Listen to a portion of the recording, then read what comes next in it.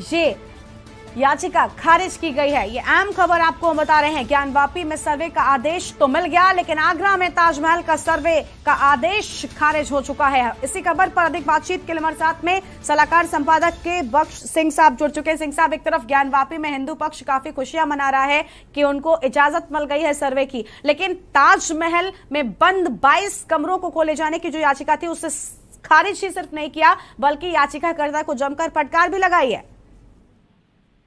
देखिए, ये बड़ा सेंसिटिव मामला है। कोर्ट भी इसमें बड़ा सेंसिटिव है गरिमा जी। तो ऐसे मामले में कोर्ट ने जो निर्णय दिया है वो बहुत ही सोच समझ के दिया होगा जी। और इससे अगर 22 कमरे खोल दिए जाते हैं तो एक विवाद की जड़ होती है, और इसलिए हाई कोर्ट ने सुप्रीम कोर्ट ने हाई कोर्ट ने सोचा होगा कि भाई ऐसा विवाद न किया जाए, पहले जो आपका ज्ञान व्यापी वाला मामला समझ जाए, इसके बाद और याचिका सीरियस खाली कर दी है। तो हाईकोर्ट ने बड़ा सोच समझ के निर्णय, हाईकोर्ट का निर्णय जो है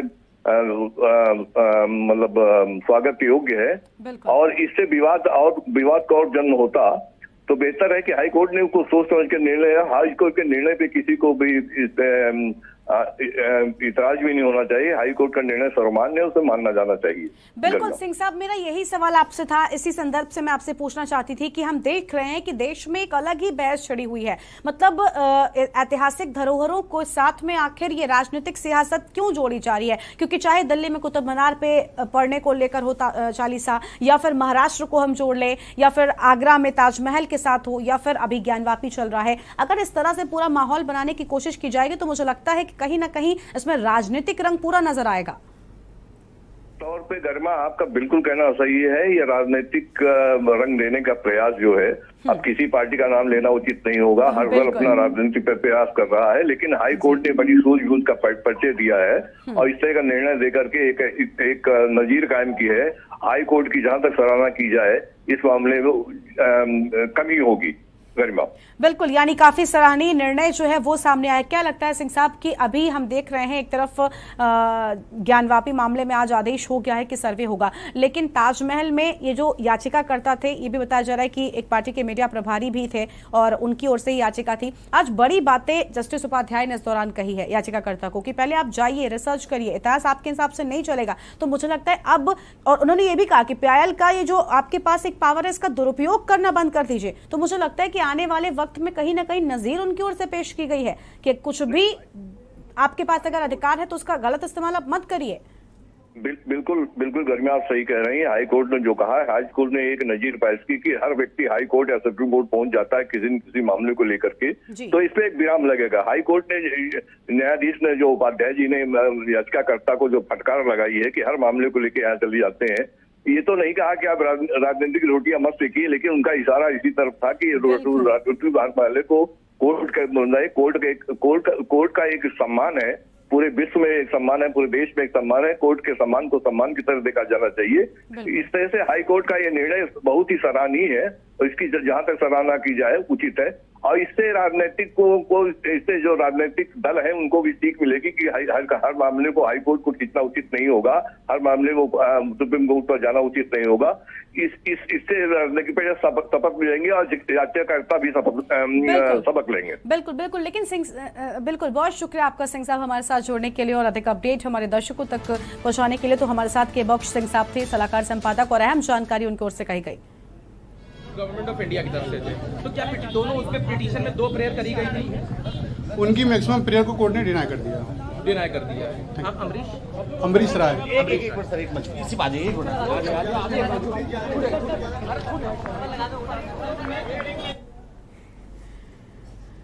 तो जस्टिस डी के उपाध्याय ने इस याचिका को खारिज कर दिया है और जस्टिस डी के उपाध्याय के डिवीजन बेंच का ये बड़ा फैसला सामने आ चुका है। इस वक्त की बड़ी खबर, ताजमहल में बंद 22 कमरों को खोलने की याचिका को खारिज कर दिया गया है। हाईकोर्ट की लखनऊ खंडपीठ ने खारिज की याचिका। जैसे कि आपने देखा कि बहुत सारे मामलों में आर्टिकल 142 के तहत भी वो ऑर्डर्स दे देती है। तो मैं अपने बंद कमरों को अगर हम देखें, आपके द्वारा ऑब्जेक्शन करते हैं, क्या याचिका आप बंद कमरों को खोलने को लेकर ही करेंगे? देखिए, जो हम अपील फाइल करेंगे वो जो हमारी जो 4 प्रेयर्स थी, उन चारों प्रेयर्स के साथ ही जाएंगे। एक बंद कमरों की जो खोलने की अपील है, दूसरा जो फैक्ट फाइंडिंग कमेटी की अपील है, वो सारे प्रेयर्स के साथ ही हम जाएंगे।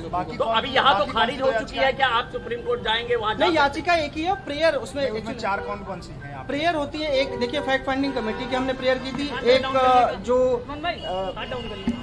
एक फैक्ट फाइंडिंग कमेटी, दूसरा जो रूम्स ओपन करने की बात करी थी हमने, तीसरा जो ये एक्ट होता है जो ASI जिस पे काम करती है, उस एक्ट को हमने रीवेरीफाई और रिकंडक्ट करने की बात कही थी, और चौथा जो अंदर बेसमेंट में जो वॉल्स बंद कर दिए गए हैं, जो यमुना नदी की तरफ एक गेट था वो बंद कर दिया गया है, उन गेट्स को स्टडी करने का, उन गेट को वहां से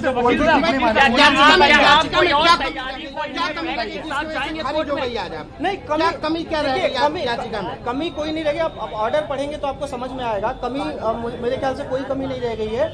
उन्होंने ये कहा कि ये इशू जो है वो एज द जजेस we can not decide this issue, the historians and the academicians should study on this and they should decide on this. क्या माना जाए कि ये जुडिशियल प्रक्रिया के तहत इसको डिसाइड नहीं किया जा सकता है? देखिए, अगर हमारे जो संविधान है, संविधान तो यही कहता है कि अगर कोई एग्जीक्यूटिव पावर्स और हमारी जो लेजिस्लेटिव है अगर कुछ गलत कानून बता रही है, एग्जीक्यूटिव सही से काम नहीं कर रही है, तो हम उसको अपील में हम उसको जुडिशरी के पास जा सकते हैं। हमने एग्जीक्यूटिव को लेटर लिखा, चिट्ठियां लिखी, कई सारे मिनिस्ट्रीज को अप्रोच किया, SI को अप्रोच किया, पर्यटन मंत्रालय को अप्रोच किया, उन्होंने नहीं सुना, तभी हम जुडिशरी के पास आए थे। आपके द्वारा RTI को लेकर के भी जो दलील दी थी, RTI पर भी सरकार ने, हाईकोर्ट ने कुछ कहा है?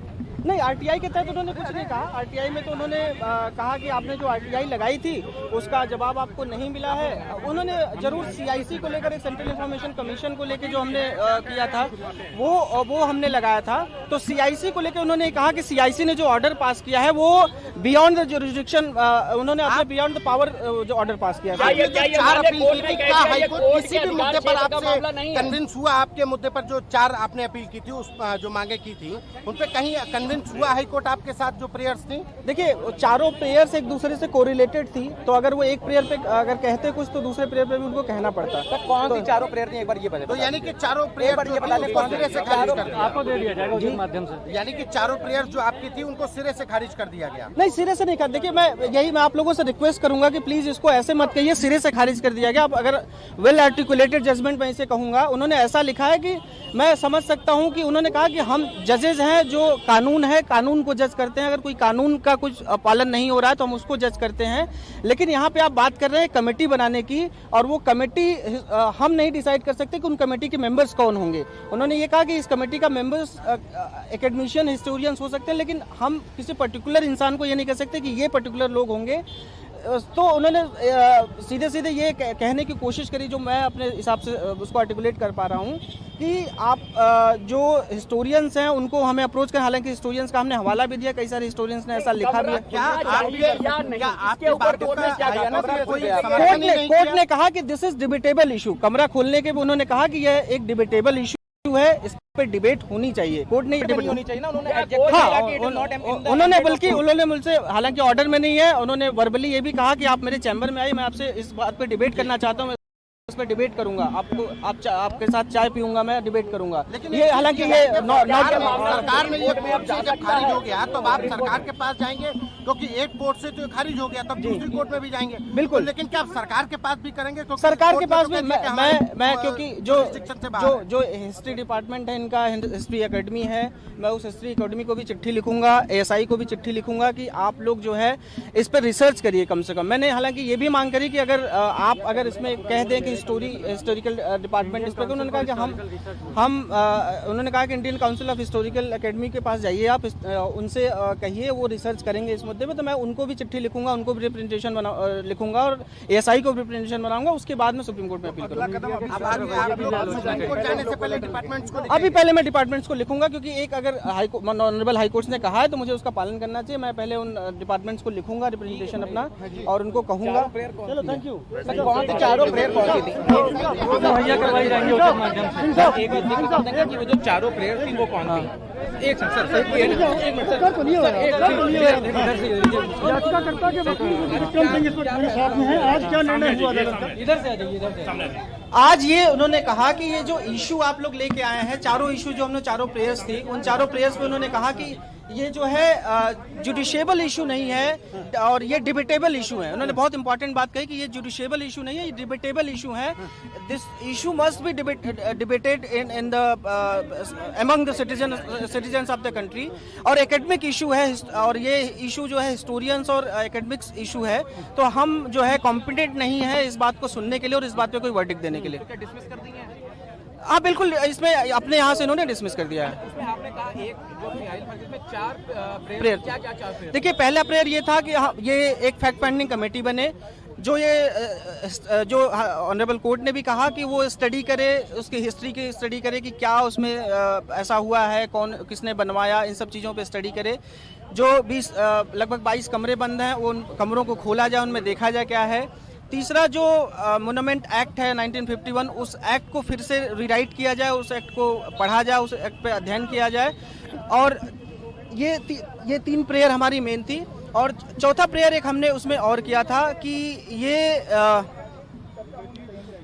ये जो नीचे वॉल्स के थ्रू जो कुछ परमानेंट वॉल्स लगा दी गई हैं बेसमेंट में, उन वॉल्स को भी हटाया जाए। क्या ये भी कहा गया जुरिडिक्शन का विषय भी आया कि हमारे अधिकार क्षेत्र में नहीं, ये यूनियन के काउंसिल ने कहा कि ये जो है आपका जुरिडिक्शन नहीं बनता, लेकिन हालांकि पीआईएल में कोई जुरिडिक्शन का इशू नहीं होता, तो मैंने उस पर काउंटर किया, जिसपे ऑनरेबल जज ने कहा है। उन्होंने कहा देखिए, जुरिडिक्शन और जुडिशियबल इसमें बहुत डिफरेंस है। आप लोगों को मैं कहूँगा इसको प्रॉपर अपने दर्शकों को समझाइएगा कि जुडिशियबल और जुरिडिक्शन ये दोनों अलग अलग चीज़ें। जुडिशियबल उन्होंने कहा कि ये जुडिशियबल नहीं है।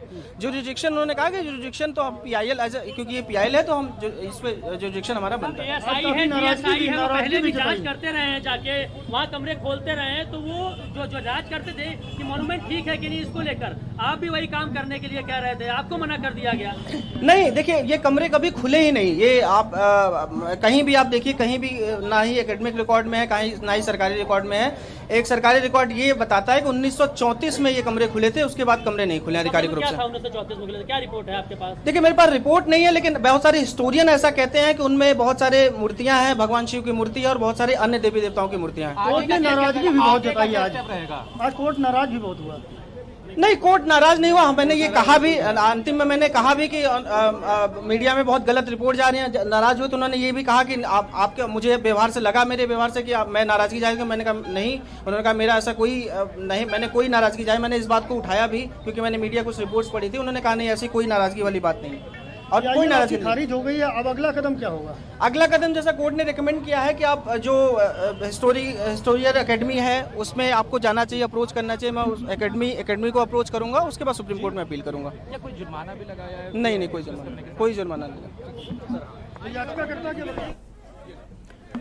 तो आप सुन रहे थे याचिकाकर्ता के वकील को, जहां पर साफ तौर पर ये बड़ी बातें उनकी ओर से कही गई हैं कि कोई नाराजगी भी नहीं रही है। हालांकि लगातार मीडिया में खबर सामने आई थी कि जमकर जस्टिस उपाध्याय ने फटकार लगाई है याचिकाकर्ता को। तो ज्ञानवापी में सर्वे का आदेश तो मिल गया, लेकिन आगरा में ताजमहल में बंद 22 कमरों को खोलने की मांग की याचिका को खारिज कर दिया गया है। फिलहाल ये बड़ी खबर आपको हम बता रहे हैं। ताजमहल में बंद 22 कमरों को खोलने की याचिका डाली गई थी, लेकिन अब इसे खारिज कर दिया गया है। जस्टिस उपाध्याय की डिवीजन बेंच ने इस पर यह फैसला सुनाया और इस याचिका को खारिज कर दिया है। हाईकोर्ट की लखनऊ खंडपीठ ने खारिज की याचिका।